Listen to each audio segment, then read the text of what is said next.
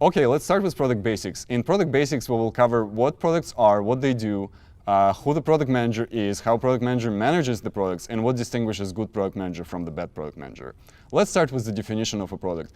Product is actually a pretty complex concept, and as I promised, I will try to simplify it, but in a complex way, the product can be described as an intersection of so many different things. It's an intersection of technology, business constraints, design, utilities, and like everything you can think of. So that is not simple. How do we simplify it? Like, my best way to simplify it is for any definition of the product you can imagine, the product always needs to solve some kind of a problem for the customer. So if it solves a problem for the customer, then it's a product. If it does not, then probably it may not be a product, it may be something else.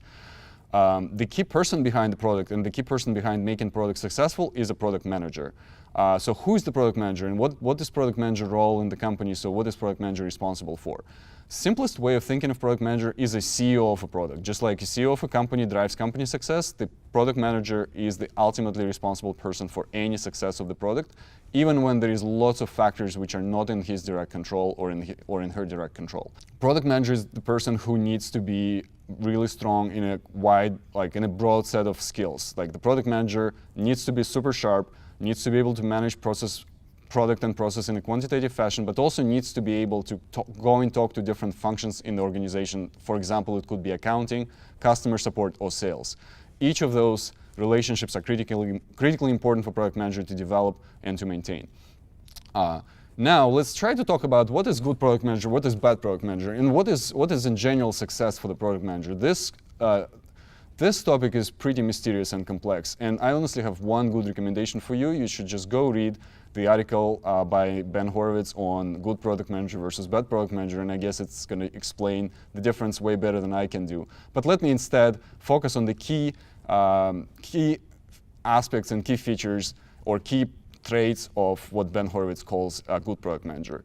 So product manager does have to be CEO of a product. You need to be responsible, you need to be driving the product forward. You are the lead. Yeah, so what differentiates good product manager from a bad product manager? The best way I could explain it is just basically send you to the article by Ben Horowitz on good product manager, bad product manager, and instead I will give you a short summary of this article. So basically, the good product manager needs to be a CEO of a product. What does it mean? You need to be responsible for every single aspect of success of the product. You need to clearly communicate the goals and the vision for the product. You need to take care of your customers and develop customer relationships.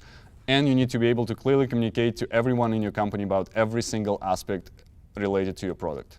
Now that we covered all the product basics, such as what products are, who product manager is, and what differentiates good product manager from a bad product manager, we're ready to move forward to definition of success. Let's go.